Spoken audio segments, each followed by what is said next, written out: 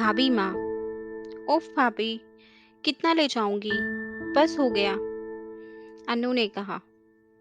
क्या हो गया? कभी कभी तो आती हो। तुम इनके भाई होती तो आधा हिस्सा लेती कि ना लेती। पर भाभी, भैया इतने खर्चे में हैं। आप लोगों का इतना प्यार मिल रहा है, वही बहुत है मेरे लिए। ननंद 1 वर्ष के बाद आई थी। राधिका ने उसे बेटी की तरह पाला पोसा था।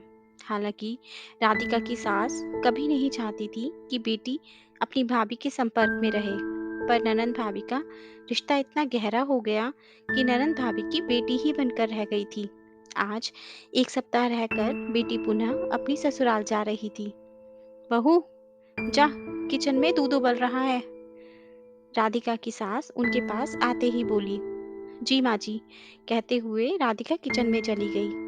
बहू के किचन में जाते ही सास ने अपनी बेटी को 10,000 रुपये अपनी साड़ी के पल्लू में से निकाल कर दिए। ये क्या माँ? रख ले बेटी, तेरे काम आएंगे। पर माँ, तुझे ये कहाँ से मिले? आपकी कोई नौकरी तो है नहीं।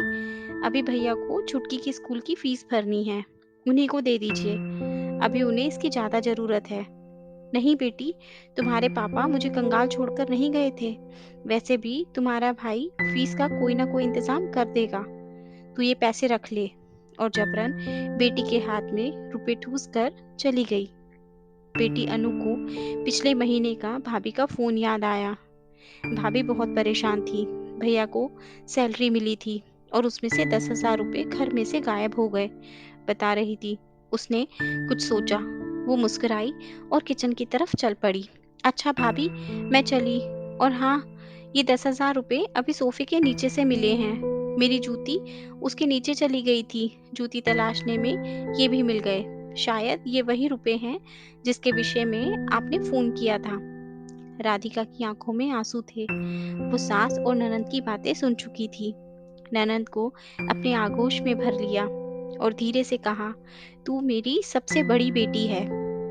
ननंद भाभी दोनों मुस्कुरा पड़ी। सच है, जीवन का ये भी एक सुंदर रूप है। तो दोस्तों, आपको हमारी आज की कहानी कैसी लगी? आप हमें कमेंट करके ज़रूर बताएं। हमारे चैनल पर नए हैं तो हमारे चैनल को सब्सक्राइब करें, और ये वीडियो अच्छी लगी हो तो दोस्तों के साथ भी शेयर करें। धन्यवाद।